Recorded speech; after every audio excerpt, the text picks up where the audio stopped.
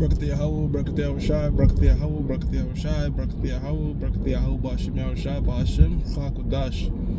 Double honors to the apostles and the elders of Great Millstone True Well. Salutations to the hopefully elect out there. You Akim to Zadakim that do this thing in the utmost truth and sincerity. I'm the priest Shaman, and this is going to be a response to Sicari's $1,000 debate. Right? Deacon Akkad of Sicarii, which is led by priest Alazar, posed something to Great Millstone as a whole, wherein they'll raise $1,000 to debate the writings of the Apostle Paul, to which, it will be pointless. Whether it's $1,000 or $50,000 or $100,000, it's not going to sway anything. More than likely, the way these debate things work is they're typically fruitless, because one party leaves thinking the same way and the other party leaves thinking the same exact way. So there's no amount of money you could raise, really. I think Apostle Paul's, Apostle Tahar said, give me 50 G's and I'll debate. But honestly, man, that's just a waste of time. And at some point in your life, you start to value time far more than money. This is a book of 2 Timothy 2:16. It says, but shun profane and vain babblings. Profane and vain babblings. So profane means something outside of the temple, outside of this truth. The notion that the writings of Paul, maybe because Paul told you to cut your fucking hair, that's why you don't want to acknowledge it. But no, so we're gonna shun that stuff, man. I don't even want to entertain or listen to it. I don't want to listen to that shit to try to come up with a counter argument. If you don't believe that the Apostle Paul was given this word and set up by Yahushua himself, well, I guess that's on you. Look, the Lord is deceived who he wants to deceive, and I can't really do nothing. None of us can really do nothing to unseal that. It's the angels that lock that understanding off from you. So it says, but shun profane and vain babblings. Now, the Apostle Paul was called a babbler, right? But what's a babbler? A babbler is one who, when you go into it, one who picks seeds, right? But not actual seeds, but different philosophies. Like this thing that we teach it now is a seed, right? Because the scriptures in the Luke 8:11 said the seed is the word. But there's some seeds that's profitable. There's certain different philosophies and doctrines you could learn to contest other philosophies, or even use it to support our argument. I'll give you an example. You could say, look, in the Quran, which is a different seed, but in that Quran it tells you that the Lord's chosen people are the Israelites. So that's an example of, where it's not vain. In this scenario, debating back and forth about the writings of Paul being legit or not, or what have you, or not the word of God, as he would say, it's vain. So there's no profit going to come out of it. Truly, there's no profit going to come out of it, honestly. I don't even know why they teach it. I don't see really the upside. I don't see what that has to do with salvation. But Isaiah 6:9, man, the Most High is going to blind whoever he wants to blind. I'm just thankful that and truly blessed that I believe the words, the entire book, how the Most High set it up and gave me teachers that are on the right path, and that's my belief. Romans 3:3, for what if some did not believe? Shall their unbelief make the face of the Most High without effect? Absolutely not.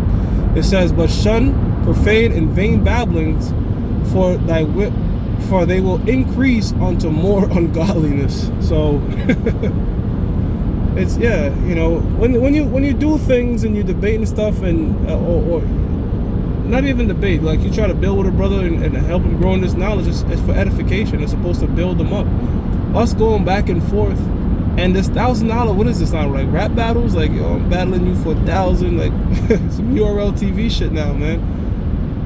Nah, we're not about that. We don't need cash from any outside source to discuss a particular topic. But the thing is, it's not that we're backing away. It's just fruitless, honestly. The best way I could compare it is the apostles and the elders are the teachers, right? So a professor or a teacher doesn't go to fucking class to teach the students to debate them. He's there to teach them. And if they don't wish to learn, you could exit the course. It's that simple. In the words of High Priest Iquab, if they don't get it, we're moving on. That simple. 2 Timothy is now jumping down a bit.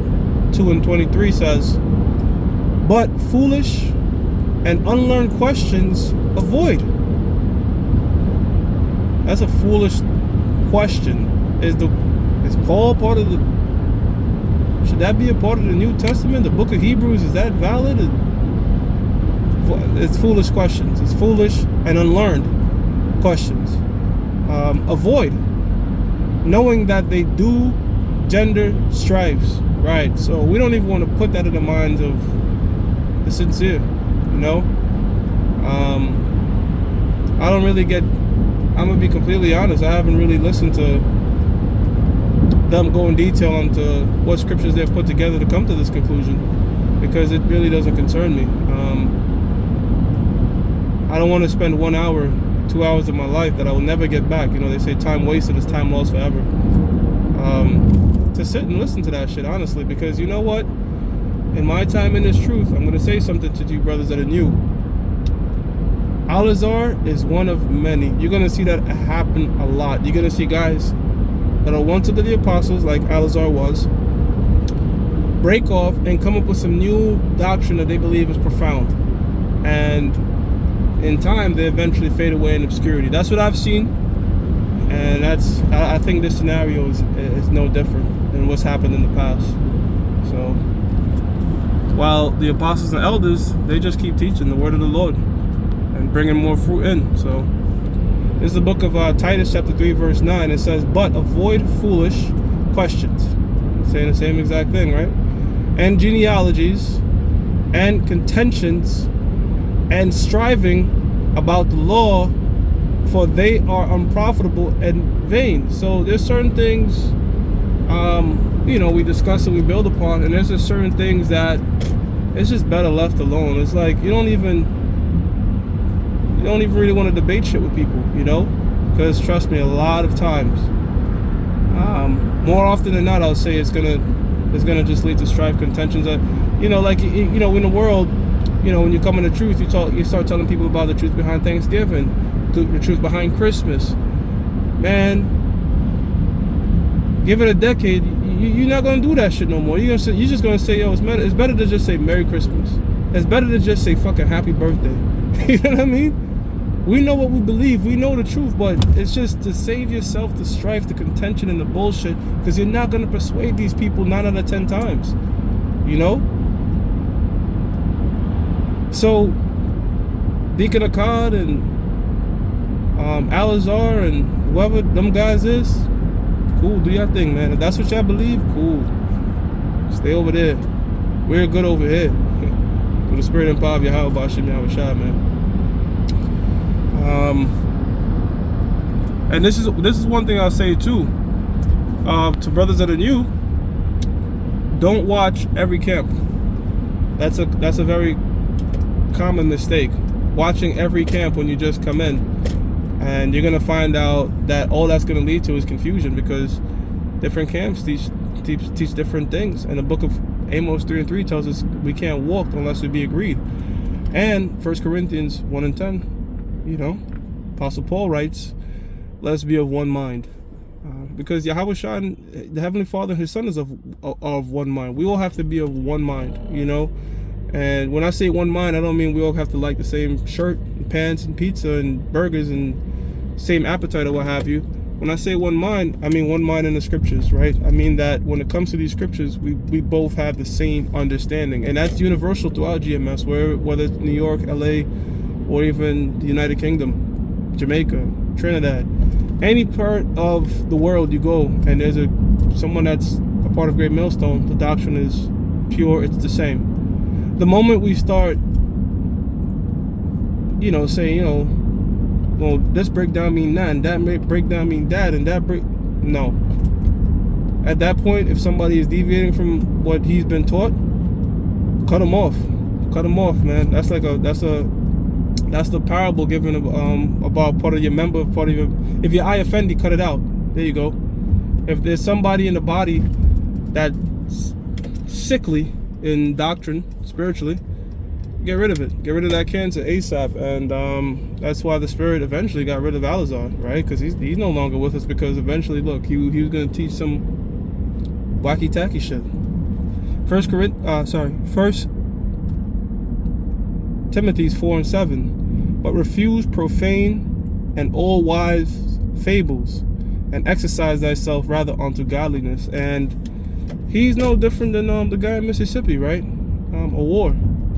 These guys just come up with fables, man. They come up with fables, and like I said, in my experience, all right, in my experience so far, this is not new. I don't think it'll be the last. Hopefully it is, but I don't think it'll be the last of guys that just once were a part of Great Millstone. They stick around for maybe a year, 2, 5, 10, who knows? And then they get enchanted by spirits, telling them different things. And they profess themselves more wiser than the apostles. Some of you brothers might not remember this, but there was a guy in Detroit that was once a part of us that they broke off. And I remember one of them was saying, the apostles are old, man, and it's time for the Lord now is dealing with younger men now. And, and you don't even see them no more. Them guys are talking about the spirits in the belly. So, in closing,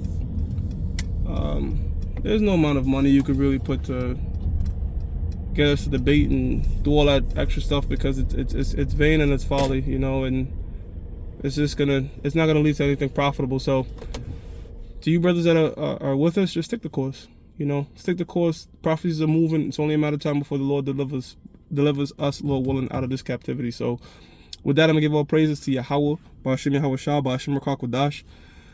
That belongs to the apostles and the elders of Great Millstone with you well. Salutations to the hopeful elect out there, you Akim to Zadakim that do this thing in the most truth and sincerity. Shalom, brothers.